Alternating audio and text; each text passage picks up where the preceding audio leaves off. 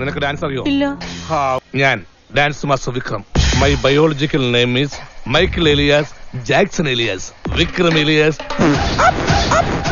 Dance master Vikram sir. ഇത്രക്ക് പോപ്പുലറായ എന്നെ കണ്ടിട്ട് മനസ്സിലായില്ലടാ ജാടത്തേണ്ടി. മാങ്ങ പറിച്ചിട്ടേ ചെളി കുത്താവൂ. ദർശനം ചെളി മാത്രം കുത്തിക്കൊണ്ടിരിക്കുന്നത്. മാങ്ങ പറിക്കുമ്പോൾ നിന്റെ കെട്ടിയാൻ വരുമോ? ആ എല്ലാവരും ചിരിച്ച മതി. Hello, welcome back.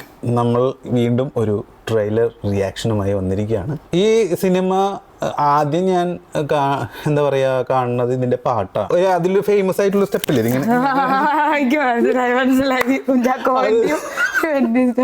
അതെന്തായാലും വൈറലാവാൻ പോണ സാധനമാണ്. അത് മിക്ക റീൽസ് ഒക്കെ സ്റ്റാർട്ടായി ഉണ്ടാവും. അതിപ്പോ മിക്കവാറും വരും.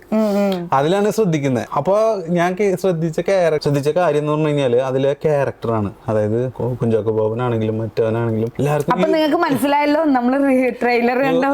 യുണീക്ക് ആയിട്ടുള്ളൊരു മേക്കപ്പും ഒരു അപ്പിയറൻസും ആണ് അവർക്ക് കൊടുത്തിരിക്കുന്നത്. അപ്പൊ അതില് അത് എന്തോ സംഭവം അതിലുണ്ടെന്ന് ഉണ്ടായിരുന്നു. അപ്പൊ അതിന്റെ ട്രെയിലർ ഇറങ്ങിയിട്ടുണ്ട്, നമുക്ക് കണ്ട് നോക്കാം. ഇതുവരെ സിനിമന്റെ പേര് പറഞ്ഞില്ല. ഒരു ദുരൂഹ സാഹചര്യത്തിൽ ഇതൊക്കെ സംഭവിക്കുന്നല്ലേ.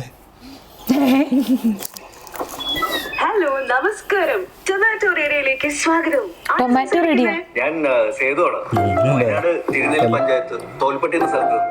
പറ സേതു, പ്രകൃതി രമണീയമായ തിരുനെല്ലിയിലെ പ്രശാന്തമായ കുളിരിൽ സേതു എന്താണ് ചെയ്യുന്നത്?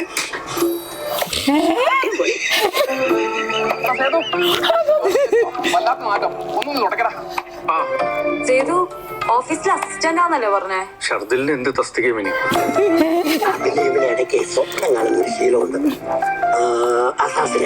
ഹാലുസിനേഷൻ, പ്രേമം, ആക്ഷൻ, മതിയോ? കൂടുതൽ നിനക്കൊക്കെ അവന്റെ തോക്കിന്റെ മുമ്പിൽ പോയി നിൽക്കാനുള്ള ധൈര്യം ഉണ്ടോണം. രാജേന്ദ്ര പ്രസാദ് ഇയാളൊരു കെമിസ്ട്രി അധ്യാപകനാണ്. അഗ്രസീവായുള്ള സ്വഭാവം സാധനം, പ്രശ്നക്കാരനാണ്. നല്ല ബോംബ് ഉണ്ടാക്കി പൊട്ടിച്ച്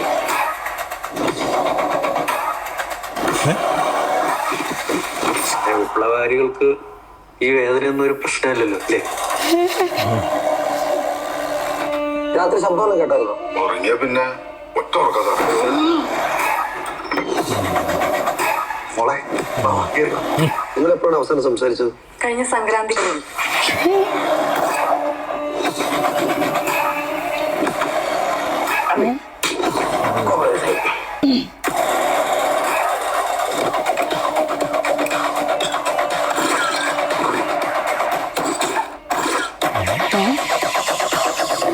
ദുരൂഹ സാഹചര്യത്തിൽ ആരെ കണ്ടാലും അറിയിക്കണം. പരസ്യം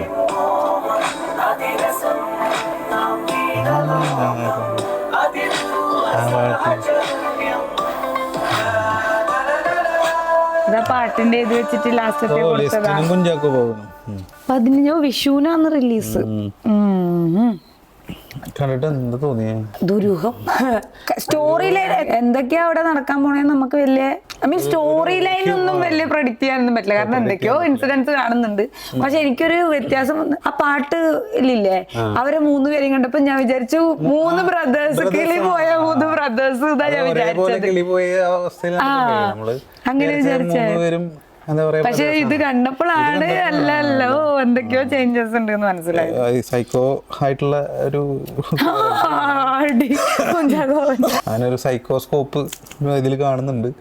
പിന്നെ ശരിക്കും കണ്ടറിയാം, അത്ര അങ്ങനെ തോന്നുന്നു. പിന്നെ അതിലെന്തോ ഒരു ദുരൂഹത ഉണ്ട്. കാരണം ഫയൽ കാണിക്കുന്നുണ്ടല്ലോ, ഏതോ പാസ്റ്റ് ആണോ അല്ലെങ്കിൽ ഡബിൾ റോളാണോ എന്താണോന്ന് അറിയില്ല. കുഞ്ചാക്കോബിന് ഒരു പട്ടാളം.